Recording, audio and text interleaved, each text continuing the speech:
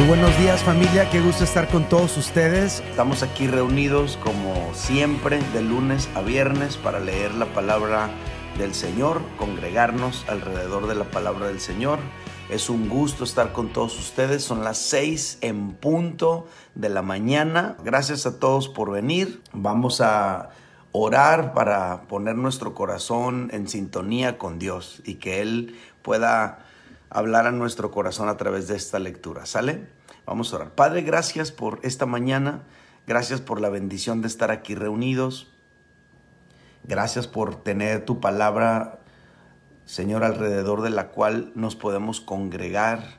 Podemos beber, Señor, de tu sabiduría. Podemos beber tus pensamientos, Señor, y aplicarlos a nuestra vida. Por favor, habla en nuestro corazón, que tu palabra cumpla su propósito en cada uno de nosotros. Por favor, en el nombre de Jesús. Amén. Hoy toca leer el capítulo 11 de Josué. En este capítulo nos vamos a encontrar la derrota de la alianza de Javín. Este es un capítulo muy similar al anterior. Aquí se registran más victorias del pueblo de Israel. Vamos a leerlo. Pienso que va a ser muy edificante también para cada uno de nosotros. Entonces, Josué 11 dice: Cuando oyó esto, Javín, rey de Hazor, envió mensaje a Jobab, rey de Madón, rey de Simrón, al rey de Aksaf y a los reyes que estaban en la región del norte, en las montañas, en el Arabá sur de Sirenet, en los llanos y en las regiones de Dor al occidente, y al cananeo que estaba al oriente y al occidente, al amorreo, al eteo, al fereceo, al jebuseo en las montañas, al heveo al pie del Hermón en tierra de Mizpá. Estos salieron con ellos, y con ellos todos sus ejércitos, mucha gente como la arena que está a la orilla del mar, en multitud, con muchísimos caballos y carros de guerra. Todos estos reyes se unieron y vinieron y acamparon unidos junto a las aguas de Merom para pelear contra Israel. Mas Jehová dijo a Josué: no tengas temor de ellos, porque mañana a esta hora yo entregaré a todos ellos muertos delante de Israel. Desjarretarás sus caballos y sus carros quemarás a fuego. Y Josué y toda la gente de guerra con él vino de repente contra ellos junto a las aguas de Merom, y los entregó Jehová en manos de Israel, y los hirieron y los siguieron hasta Sidón la grande y hasta Mirefotmaim y hasta el llano de Mizpa al oriente, hiriéndolos hasta que no les dejaron ninguno. Y Josué hizo con ellos como Jehová le había mandado. Desjarretó sus caballos y sus carros quemó a fuego. Y volviendo Josué, tomó en el mismo tiempo a Hazor y mató a espada a su rey, pues Hazor había sido antes cabeza de todos estos reinos. Y mataron a espada todo cuanto en ella tenía vida, destruyéndolo por completo, sin quedar nada que respirase, y a Hazor pusieron fuego. Asimismo tomó Josué todas las ciudades de aquellos reyes y todos los reyes de ellas, y los hirió a filo de espada y los destruyó como Moisés, siervo de Jehová, lo había mandado. Pero a todas las ciudades que estaban sobre colinas no las quemó Israel, únicamente a Hazor quemó Josué. Y los hijos de Israel tomaron para sí todo el botín y las bestias de aquellas ciudades, mas a todos los hombres hirieron a filo de espada hasta destruirlos, sin dejar alguno con vida.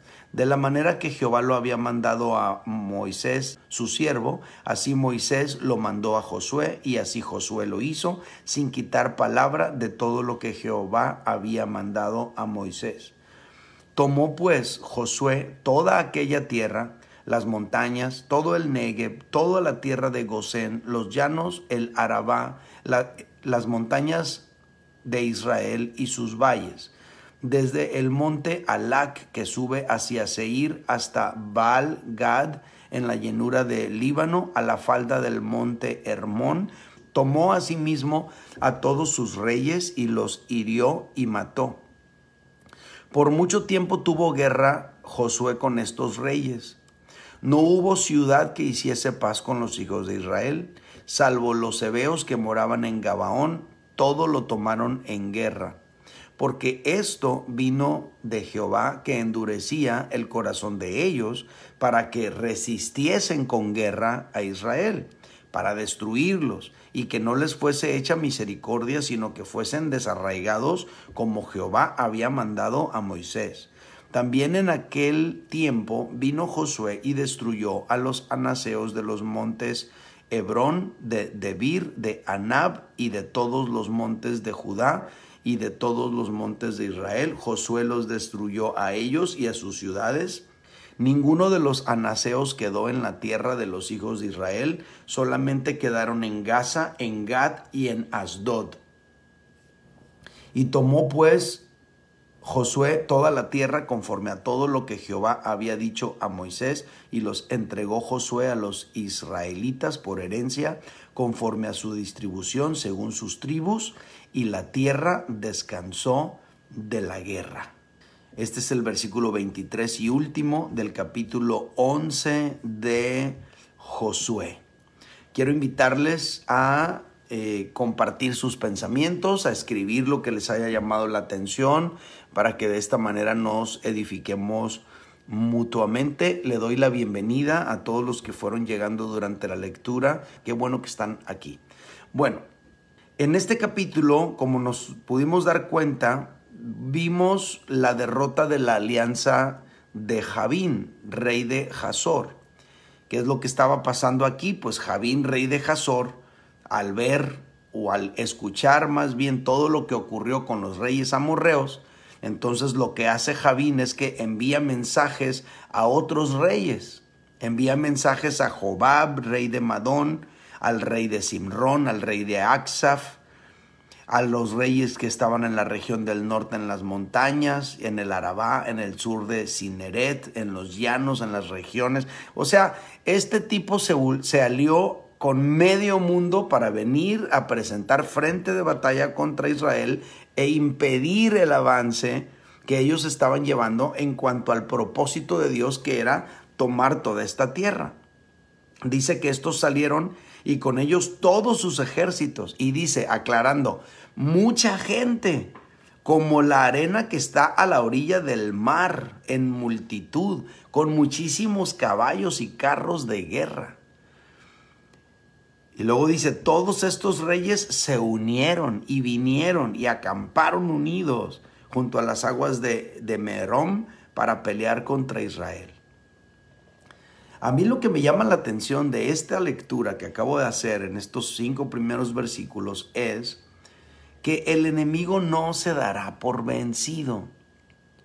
El enemigo se va a aliar, se va a unir, se va a reconfigurar, se va a reestructurar, va a hacer alianza con otros para tratar de frenar el propósito de Dios en nuestra vida, el avance.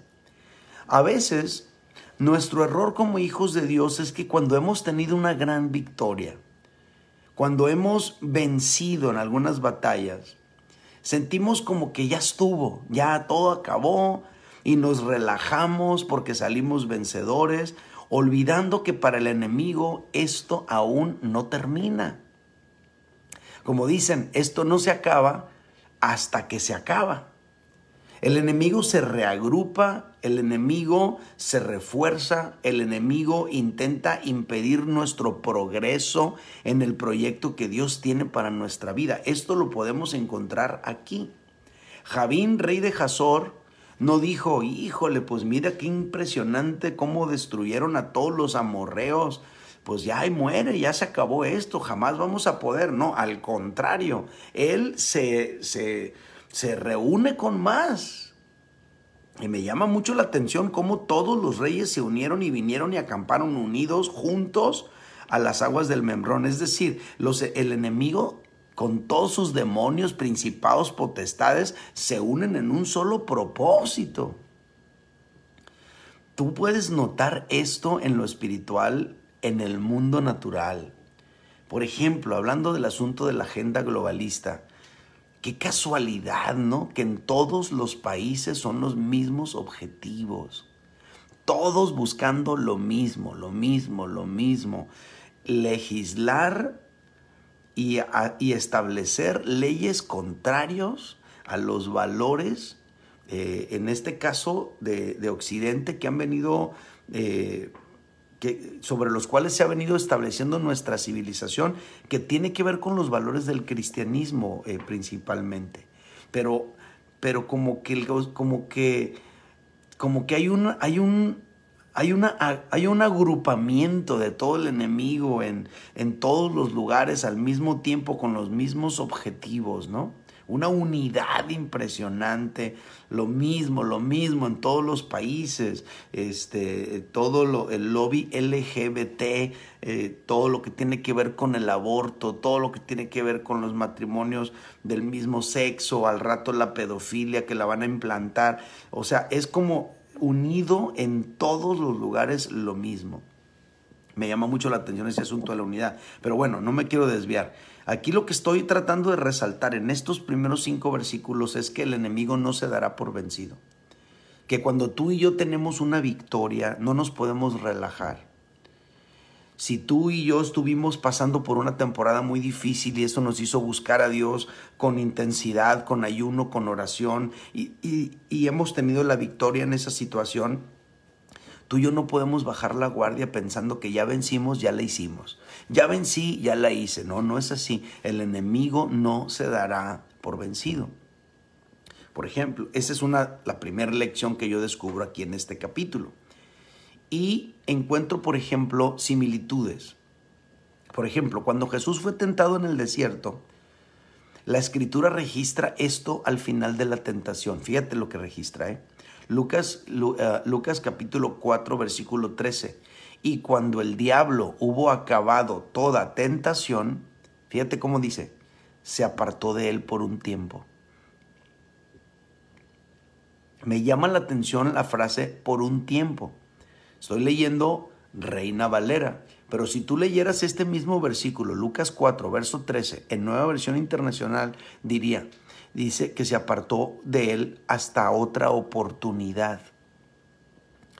Aquí en esa ocasión nosotros vimos una batalla bien fuerte sobre Jesús. Es el momento de las tentaciones y Jesús venció cada una de estas tentaciones, pero luego dice, y cuando el diablo hubo acabado toda tentación, cuando se le acabaron sus recursos inmediatos, dice, se apartó de él por un tiempo.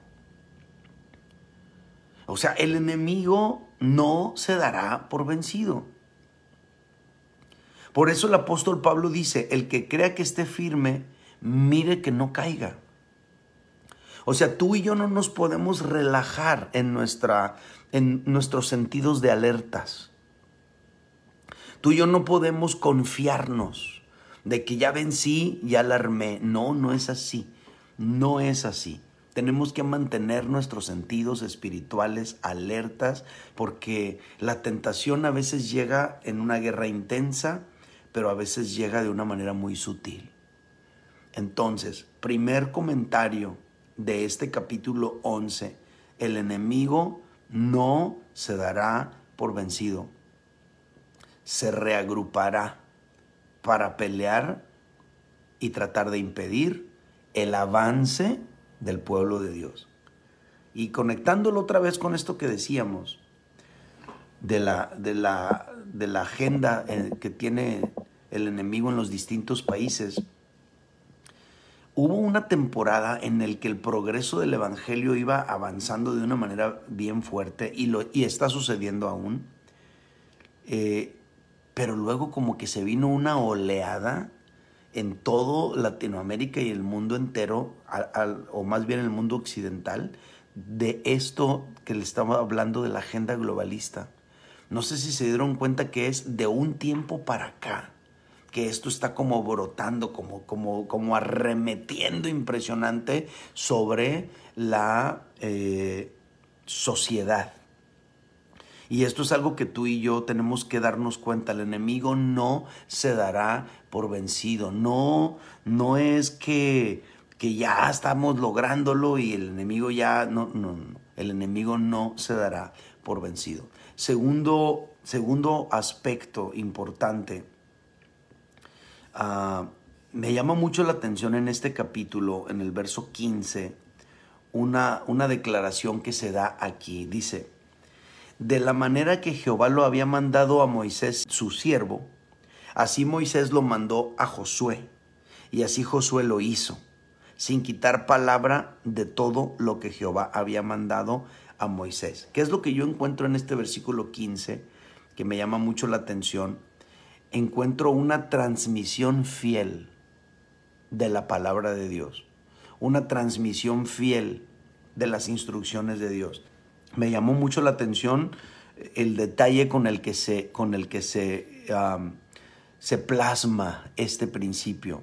De la manera que Jehová lo mandó a Moisés, siervo suyo, así Moisés lo mandó a Josué, y así Josué lo hizo, sin quitar palabra de todo lo que Jehová había mandado. La transmisión fiel de las instrucciones de Dios. Me llama mucho la atención cómo la fidelidad de la información se mantuvo desde Dios hasta Josué. Me encantó y creo que vale la pena resaltarlo. Tú y yo tenemos que asegurarnos que estamos transmitiendo bien, fielmente, la palabra de Dios tanto a nuestros hijos y a su vez ellos a los suyos, pero esto también aplica en compartir estos mismos principios de la palabra del Señor, del Evangelio, de los principios de Dios a las siguientes generaciones de creyentes. Tenemos que discipular, tenemos que transmitir con claridad las verdades y los principios del Evangelio. Es algo que no debemos de hacer. Así como Moisés lo recibe directamente de Dios, así él lo comparte con Josué y así Josué lo hace. Este es un gran reto para nosotros. A mí me inspira de que no podemos dejar de discipular, podemos dejar de transmitir a la siguiente generación lo que hemos recibido del Señor. El apóstol Pablo escribe y dice: porque yo recibí del Señor la noche que fue entregado, ¿no? El apóstol Pablo está hablando sobre la cena del Señor y está enseñando a los corintios, pero dice: porque yo recibí del Señor. Y luego empieza a platicar la noche que fue entregado y empieza a platicar los detalles de la cena del Señor. Qué importante es que los principios que estamos aprendiendo de la palabra de Dios entendamos que no son solo para nosotros. Tenemos que compartirlos a los demás. Tenemos que discipular a una generación que viene detrás de nosotros. Quiero invitar a cada uno de los que están aquí reunidos, más a todos los que lo verán en diferido y a los que lo escucharán en Spotify. Quiero decirles: no descuides a los que están llegando a la congregación. Tenemos que pasar tiempo con ellos para discipularlos. Acuérdate que el discipulado no son clases. El discipulado es la transmisión de la palabra del Señor, de los principios del Señor. Como dijo Jesús: id y haced discípulos a todas las naciones, enseñándoles que guarden todas estas cosas que os he mandado. Tú y yo, al tener una relación con los que van llegando apenas al camino de Dios, estamos enseñándoles a ellos los principios de la palabra de Dios. A mí me encantó este principio del discipulado que está aquí. De la manera que Jehová lo había mandado a Moisés su siervo, así Moisés lo mandó a Josué, y así Josué lo hizo, sin quitar palabra de todo lo que Jehová había mandado a Moisés. Moisés ya no estaba ahí, pero es como si estuviera, porque Josué aprendió lo que Dios le había dicho a Moisés, y él estaba actuando como si Moisés estuviera presente dirigiendo su vida. Qué importante es que tú y yo tengamos una transmisión fiel de las instrucciones de Dios, de la palabra de Dios, de los principios de Dios, tanto a nuestros hijos en casa como a la siguiente generación de creyentes en la congregación. Siembro esta semilla en tu corazón de que tú y yo tomemos la decisión de discipular a alguien, de tomar a alguien que va llegando, de no dejarlo solo, de relacionarnos con esa persona para que transmitamos fielmente los principios que el Señor nos ha dado a ti y a mí. ¿Sale? Muy bien, sigamos comentando. Hay algo más que me resalta en este capítulo, un tercer comentario, y está en el versículo 18. Fíjate lo que dice Josué 11:18. Está muy interesante. Dice, por mucho tiempo tuvo guerra Josué con estos reyes. ¿Cuáles reyes? Pues versos 16 y 17 nos da una lista de reyes. Tomó pues Josué toda aquella tierra, las montañas, todo el Negev, toda la tierra de Gosén, los llanos, el Arabá, las montañas de Israel y sus valles, desde el monte Jalac, que sube hacia Seir, hasta Baal Gad, en la llanura del Líbano, a la falda del monte Hermón. Tomó a sí mismo a todos sus reyes y los hirió y los mató. Y el verso 18, por mucho tiempo tuvo guerra Josué con estos reyes.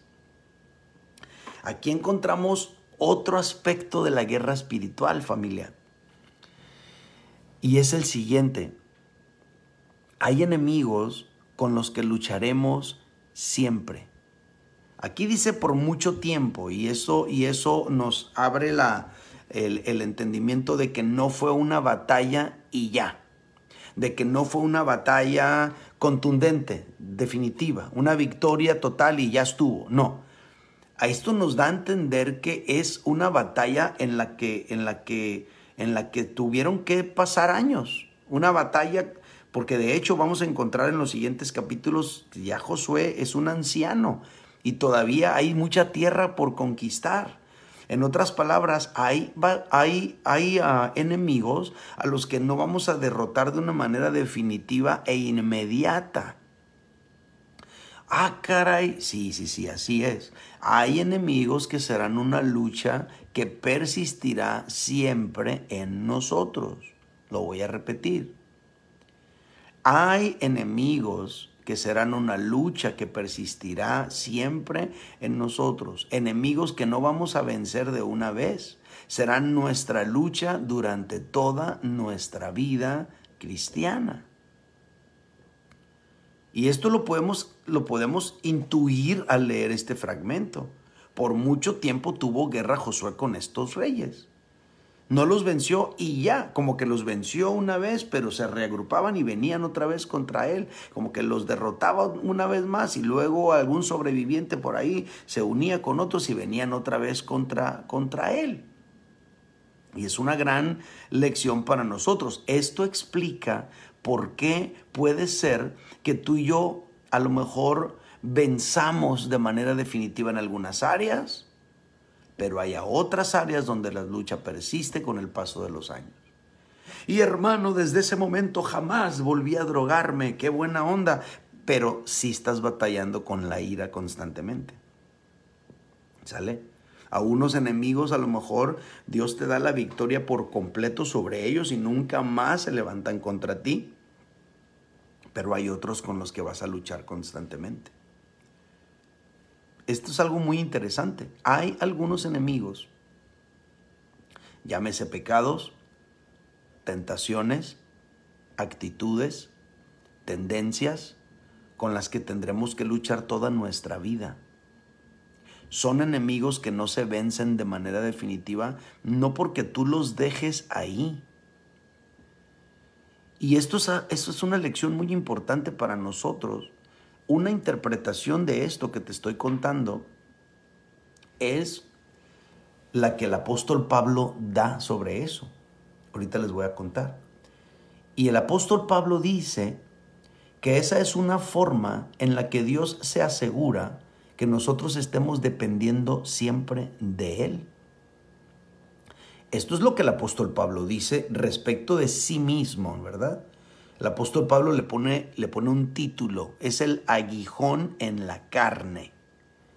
Y él lo platica de su propia vida. Y yo lo relaciono con este versículo que dice, por mucho tiempo tuvo guerra Josué con estos reyes. O sea, no los venció de una y ya. Hubo otros que sí, los de Jericó pues ya exterminados, los de Jai ya exterminados, los amorreos ya exterminados, la alianza de Javín ya exterminados, pero hubo otros que no fueron exterminados, hubo otros con los que él tuvo que luchar con el paso de los años. Por mucho tiempo tuvo guerra Josué con estos reyes. Fíjate cómo lo plantea el apóstol Pablo, 2 Corintios 12, 7 al 9, te lo leo, dice: y para que la grandeza de las revelaciones no me exaltase desmedidamente. A ver, ¿de qué está hablando Pablo? Pablo en ese capítulo está platicando de unas revelaciones impresionantes que él tuvo. Así. Cosas que vivió, que Dios le permitió ver y oír y experimentar, y dice que fue al tercer cielo y Dios le mostró cosas impresionantes. Entonces luego dice, y para que la grandeza de las revelaciones no me exaltasen desmedidamente, o sea, para que no se me subiera el azúcar y al rato anduviera yo creyéndome superior a los demás, me fue dado un aguijón en mi carne. Y luego dice, un mensajero de Satanás que me abofetee para que no me enaltezca sobremanera. Y luego dice, respecto a lo cual 3 veces he rogado al Señor que lo quite de mí. Y las 3 veces que le pidió Pablo al Señor sobre eso, la respuesta fue la misma. Verso 9, y me ha dicho, bástate mi gracia, porque mi poder se perfecciona en la debilidad. Y entonces el apóstol Pablo toma la decisión, dejar de renegar, dejar de quejarse, dejar de estar amargado porque no puede vencer esa situación. Dice, por tanto, de buena gana me gloriaré más en mis debilidades para que repose sobre mí el poder de Cristo.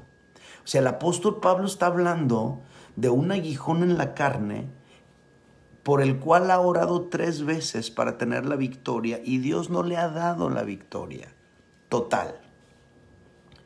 Como que era una lucha, una batalla con la que el apóstol Pablo se enfrentó por el resto de su vida. Hubo enemigos que sí venció, pero hubo uno que persistió en él. Y acá lo que estamos leyendo, por mucho tiempo tuvo guerra Josué con estos reyes. A ver, ¿cuáles son los enemigos que tú ya venciste de manera definitiva?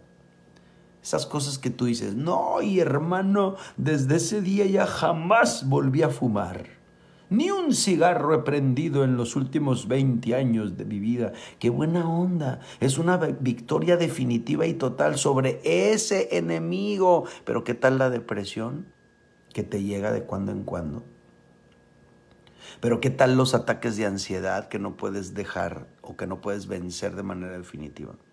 Pero ¿qué tal la ira que de repente se te sube el azúcar y empiezas a tirar patadas y gritos? Son enemigos que están ahí para que sigamos luchando tú y yo y nos mantengamos en una dependencia total del Señor. Pero ¿qué tal la mentira? ¿Pero qué tal el chisme? Y otra vez vuelves a envolverte en situaciones y ahí andas en dimes y diretes porque te agarraron en la maroma hablando mal de una persona. Es cierto, ya no fumas marihuana, es cierto, ya no tomas, es cierto, ya no haces lo que hacías antes, pero hay cosas que todavía están en ti. Entonces, esto lo que nos enseña es que hay enemigos con los que lucharemos siempre. Y que Dios los deja ahí con el propósito de mantenernos a ti y a mí dependiendo siempre de Él. Entonces, ¿qué es lo que tenemos que hacer? Tenemos que depender siempre de Él. Depender siempre de Él. Siempre del Señor. Para mantenernos en esas victorias a lo largo del tiempo.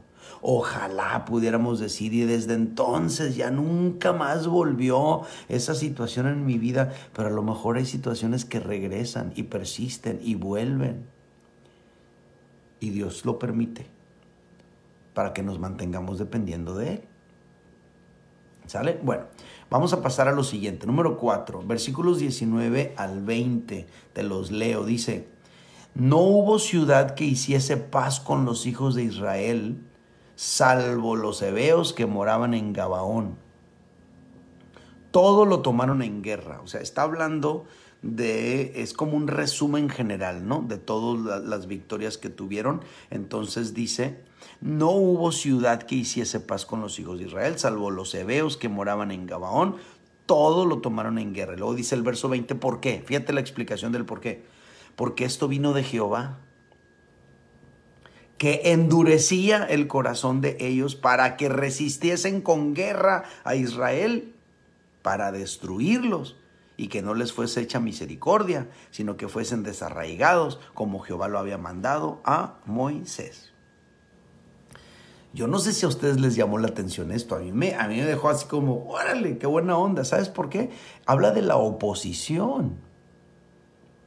O sea, estos versículos nos dejan ver que la resistencia del enemigo aquí era producida por Dios mismo para que hubiera batalla y entonces fueran destruidos. Porque había un propósito detrás de esto. ¿Sí se acuerdan cuál era el propósito, verdad? El propósito no nada más es que el pueblo de Israel tomara la tierra. El propósito de Dios también era castigar a esas naciones a causa de sus horribles pecados. Entonces Dios, para que se cumplieran sus propósitos, endurecía su corazón para que estas personas vinieran en guerra contra Israel y entonces fueran destruidos. Esto me hace recordar aquella ocasión cuando el pueblo de Israel, Dios le decía a Moisés: ve, habla con Faraón y dile que deje ir a mi pueblo, y yo voy a endurecer su corazón para que te diga que no. Entonces uno dice: ay, pues ¿a qué estamos jugando? Pues, ¿para qué me manda que hable con Faraón para que deje ir a mi pueblo y al mismo tiempo endurecer su corazón para que diga que no? Pues por una razón muy sencilla. Si Faraón hubiera dicho que sí desde el principio, entonces Dios no se hubiera glorificado sobre el imperio egipcio como lo hizo. Esto me enseña que muchas veces la oposición que tú y yo estamos enfrentando en nuestra vida es producida por Dios para que se cumplan sus propósitos en tu vida y en la mía. Recordemos que los propósitos de Dios en la conquista era traer juicio sobre estas naciones destruyéndolas. Y si todas las naciones iban a buscar alianza con Israel, pues entonces no se iba a cumplir el propósito de Dios. ¿Sale? Entonces esto a ti y a mí nos debe dar otra perspectiva ante la oposición. ¿Y qué tal si esa oposición que estás enfrentando es parte de un plan de Dios para que se cumplan sus propósitos? ¿Y qué tal si esa situación difícil que estás viviendo, que te está generando intranquilidad, que te está generando momentos difíciles, que te está generando quebranto, qué tal si eso es producido o permitido por Dios para que se cumpla sus propósitos en tu vida, en tu familia, en el mundo, en las situaciones alrededor de ti? Aquí dice que esto vino de Jehová. ¿Qué cosa vino de Jehová? Que endurecía el corazón de ellos para que resistiesen con guerra a Israel. ¿Y para qué? Para destruirlos y que no les fuese hecha misericordia, sino que fuesen desarraigados, como Jehová lo había mandado a Moisés. En otras palabras, la oposición era parte del plan. Así que a lo mejor alguno de ustedes está enfrentando oposición últimamente. ¿Y qué tal si es parte del plan? ¿Y qué tal si es parte de lo que tiene que pasar para que se cumplan los propósitos de Dios en tu vida, en tu matrimonio, en tu familia, en el mundo? Y tú y yo estamos renegando contra Dios por cierta oposición que estamos viviendo cuando es parte del propósito y es parte del plan. Entonces esto tiene que cambiar nuestra perspectiva ante las situaciones que tú y yo enfrentamos en la vida. Las cosas no se van a hacer como tú y yo queremos. Las cosas se van a hacer como Dios quiere. Entonces por eso tú y yo, una de las cosas que tenemos que hacer es que sea hecha tu voluntad como en el cielo, así también en la tierra. Una oración constante que tú y yo tenemos que hacer es que no se haga mi voluntad, sino la tuya. Que no se haga mi voluntad, sino la tuya. Que no sea como yo quiero, sino como quieres tú. Eso nos lo enseña Jesús en esa oración del Getsemaní. Rindió su voluntad ante el Señor. O sea, Jesús no vino aquí de vacaciones a ver qué. Jesús vino aquí a morir por nuestros pecados. Entonces toda la oposición que estaba enfrentando en su vida era parte del proyecto. Y por eso cuando Jesús iba caminando con los discípulos camino a Emaús y ellos iban tristes, iban hablando de su tristeza y Jesús les dice: ¿qué pláticas son esas que tenéis entre vosotros mientras camináis? Y luego pregunta: ¿y por qué estáis tristes? Y ellos le contestan: ¿eres tú el único forastero en esta tierra que no sabe lo que en ella ha acontecido?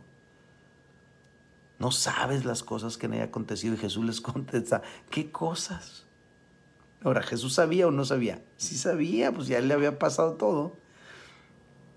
Y ellos empiezan a contarle pues de Jesús Nazareno, que fue varón profeta, hombre poderoso en palabra y en obra, y lo agarraron y lo crucificaron y todo, y lo enterraron, y empiezan ellos a quejarse y a dolerse. Y entonces Jesús les dice: oh insensatos de corazón y tardos de corazón para creer todo lo que dice la Escritura. Y luego Jesús aclara: no era necesario que el Cristo padeciese y entrara en su gloria. Y luego dice: y empezando desde Moisés y por todos los profetas les revelaba lo que de él decían. En otras palabras, toda la oposición que Jesús enfrentó con los fariseos, con los religiosos de su tiempo, todas las tentaciones que experimentó, esa ansiedad horrible del Getsemaní, todo era parte de un proyecto para que se cumplieran los propósitos de Dios en ti y en mí y en la humanidad entera. Y aquí dice: porque esto vino de Jehová. ¿Qué vino de Jehová? La oposición, que endurecía el corazón de ellos para que resistiesen con guerra a Israel para destruirlos. Y Dios mismo endureció también el corazón de Faraón en Egipto, como ya les expliqué. ¿Por qué? Pues porque de esa manera solamente se iba a manifestar el poder de Dios sobre los egipcios.